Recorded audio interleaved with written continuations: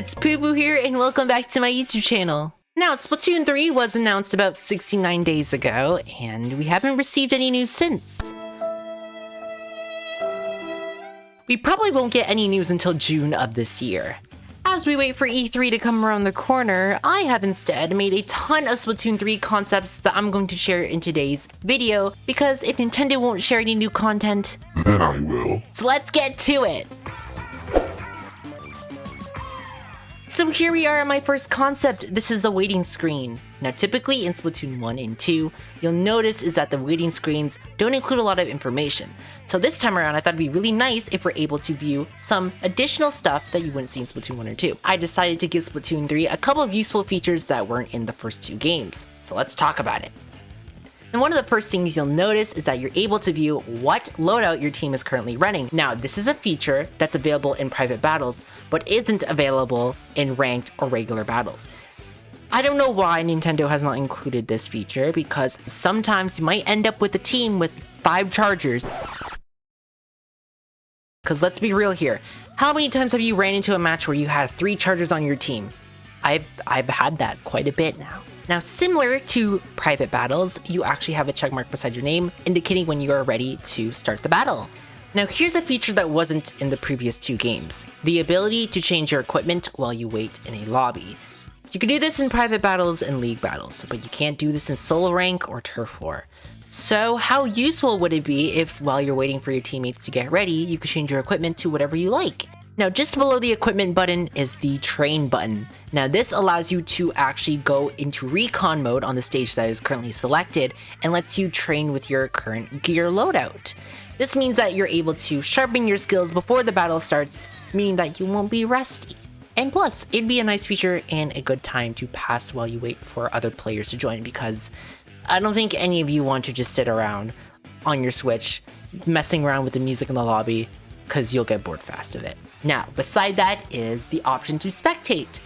This would be a really neat feature if you're able to spectate other battles that are happening currently while you're waiting. Now, if you're like me and have the memory of a squirrel, you struggle with remembering what abilities your gear has.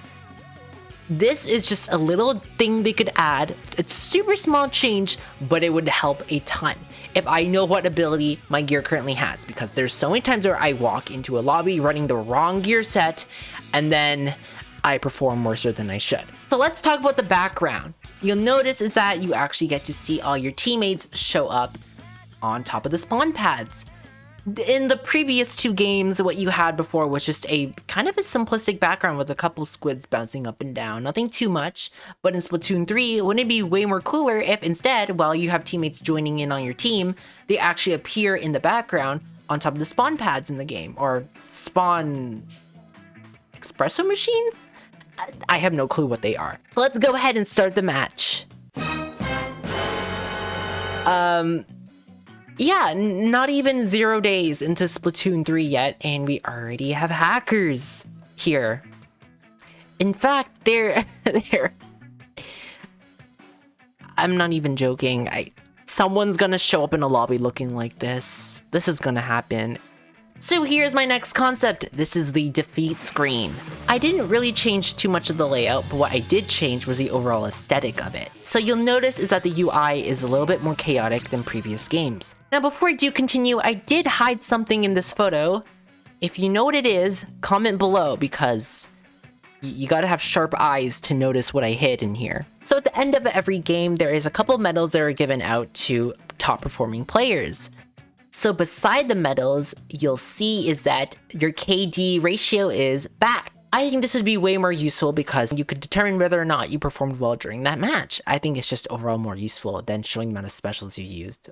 So some of the changes I've made include increasing the size of your player. So originally, when you lost or when you won, you'd see your Inkling or Octoling kind of just standing here, but when we made it bigger, so it's a little bit more dynamic. If you played Splatoon on Wii U, you would know this name. You would see Dad or Mom a lot in your lobby. It's just a common name. Here is the startup screen for Splatoon 3. Now let's take a look at the startup screen, but except this time, it's during Splatfest. And here we are during Splatfest.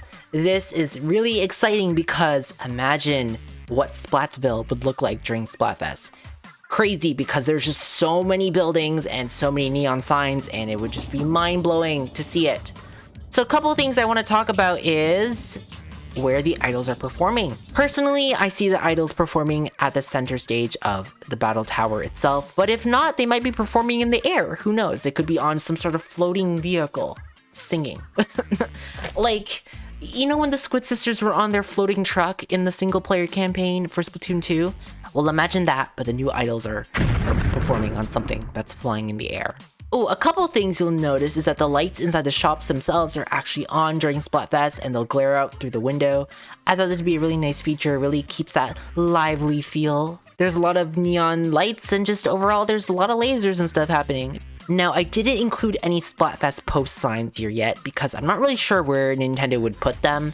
Kind of like in Splatoon 1 and 2, there's a lot of drawings that people post and they get put up on signs during Splatfest. I'm not really sure where Nintendo would add them in this lobby, so I haven't really put them in yet, but I bet you right now that Nintendo would include a ton of graffiti everywhere with everyone's drawing for Splatfest, and it's just gonna make the lobby look way more vibrant, but this is just a general look of it. Oh wait, before we go on the video though, there is an important announcement from the Squid Sisters. Here's what they have to say. Marie, I got a message from Squids of the future. Octarian imposter, there's an intruder. Hi, bestie. We're from the future. We got some news, BB. Listen up. We're just here to tell you that you rarely get screen time. I'm here from the future to tell you that you're getting replaced.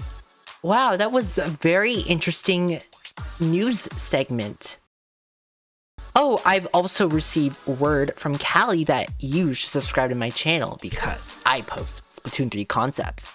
And if you want to follow me on my other socials, consider doing so because I post a ton of art and Splatoon concepts. So if you're interested in that, give me a follow. So here's a quick screenshot of the lobby, and you get to see your stats up here with your level and the amount of CCNLs and your coins. But wait, let's see what this would look like if it was Splatfest. Bam, here it is. It looks like a neon paradise or Cyberpunk 2077. Just imagine how amazing Splatfest would be like if it turned out looking like this. Now this is clearly a lot for the Switch to handle. In fact, it looks like RTX was on or something. Now instead of having a computer run ray tracing, I had to be the computer myself. I had to use my brain, and that was a lot of process power. Okay, so let me explain myself real quick. So the lights from Ammo Nights and the spotlights up here shine directly onto the floor of Splatsville, meaning that the floor reflects the light onto these areas right up here, making this an orange hue. And then you'll notice that every single light source has a color that bounces off a surface of another item. This entire section here, which has a bunch of blue neon signs, would have to turn everything around it blue, just like there, and there, and there. And then lights from over here, which is an orange source, to mean that the lighting over here has to have orange. And over here, you'll see that Ammo Nights has a bunch of lights shining outside this window. That means that the orange hues must reflect outside the window, shining onto objects around it. So you'll see that the Inkling girl right here with the middle, she has an orange rim light around her body because the light source over here is orange, reflecting right off her skin over here, making her orange, but the neon signs over here are blue, making her surface of her hair blue. And then over here you have an orange and red light, which makes her hair a little bit more orange and red, but then there's still blue because there's a bunch of blue lights coming over here, and there's also this go sign that's blue, so making her hair blue. And then a few moments later, there's just a lot of thinking when it comes to where lights are bouncing off of each other, because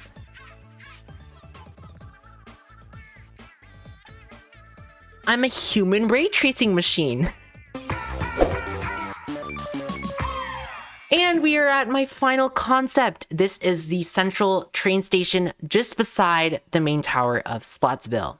So if you look back on the trailer, you'll notice that there's a little train station just at the bottom of corner of this screenshot right here. If it is true, we might be able to explore different areas of Splatlands using a train system. So once you've entered Splatsville, you'll get a short cutscene of your player exiting out of the station, entering into the lobby itself, and then you're given the time and the weather because that'd be a nice addition. So before you enter a new area, you are given the name of it and a little quote indicating what it is. So if you didn't know, Splatsville is also known as the City of Chaos. So you also see a world map up here showing off what areas you could visit in the Splatlands. There are a couple of graffiti stickers on the walls and on the sign itself. If you didn't know, this logo actually makes an appearance in the Splatoon 3 trailer. And here's a clearer look of the world map itself. So this area right here is where Splatsville is located. This is the beginning area that we see in the trailer with the flipped over Eiffel Tower and a bunch of trash and junk just kind of laying around. That's the start off area, and that's where that train station from the screenshot is seen here. As you travel up the railway, you get to Splatsville, which is located right here. And then what is this purple thing? Well, it's supposed to be that giant tower you do see in the trailer, though I think they might move it. It should be a little bit closer to Splatsville because, I mean, it would probably be over here, but you get the idea. So this right here would be the giant tower, which I'm sure plays a very big role in the game somehow. Now, you don't see any water sources or any water source is beside the tower, because I have a feeling that this giant tower is sapping something from the environment. Probably all the water that exists in the Splatlands. Besides Splatsville is actually another location. This is Grizzco. If Cimarron does return, we might see Grizzco again, though I think it would be in a separate location. Or it might be in Splatsville, but who knows? It could just be a short walk away from it. And that concludes today's video. So if you enjoyed my content, be sure to leave a like, a comment, and subscribe. And if you're interested in more Splatoon 3 artworks and concepts, consider following me on my Instagram and my Twitter. Links are in the description. And until next time, Pufuu offline.